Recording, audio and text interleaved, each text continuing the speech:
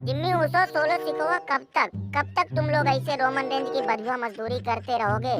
भर लिया है ना, अब निकल, जल्दी यहाँ से निकल जा, निकल जा। तुम लोग हमारी बात समझते क्यों नहीं? तुम हमारे भाई हो, हम तुम्हें ऐसी हालत में नहीं छोड़ सकते हैं। तू हमारा भाई नहीं, हमारा सबसे बड़ा दुश्मन है। तुम्हारा सारा हिसाब किताब रसलमेनिया में करेंगे।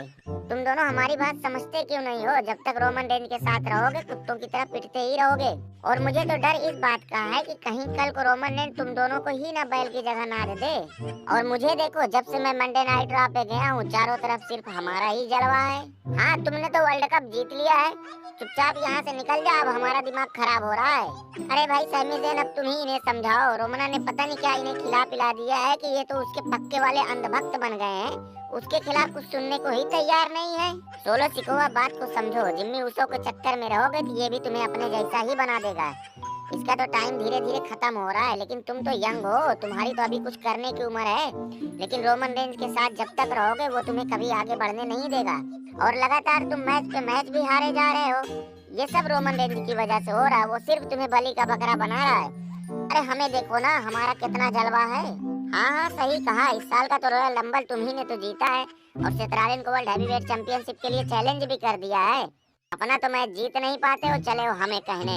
ये तो वही बात हो गई कि अपना खुद का पैंट फटा है लेकिन दूसरों को देख के हंस रहे हो।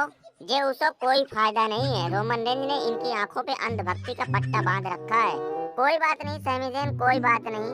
अरे ये लोग अगले हफ्ते खुद देख लेंगे, जब हम गुत्थरवा को हरा कर नए आईसी चैंपियन बन जाएंगे तब इनकी समझ में आएगा कि हम सही कह रहे थे। अरे भैया चैट केबल, तुम तो कह रहे थे कि तुम्हारी गुत्थरवा के साथ अभी स्टोरी फिनिश नहीं हुई है, तो फिर ये जे उसो बीच में कहाँ से आ गया? यही गुत्थर गोबर भाई साहब बैठे, इन्हीं से पूछो। हमारा तो सिर्फ एक ही मैच हुआ जिसमें हमने इनको पानी पिला दिया था, फिर उसके बाद से तो हमारा प्रोग्राम ही कैंसिल करवा दिया गया। ये सब इसी की चाल थी, क्योंकि इसे पता था कि अगर एक आध बार हमारा और मैच हुआ तो इनके हाथ से आईसी चैंपियनशिप तो गई।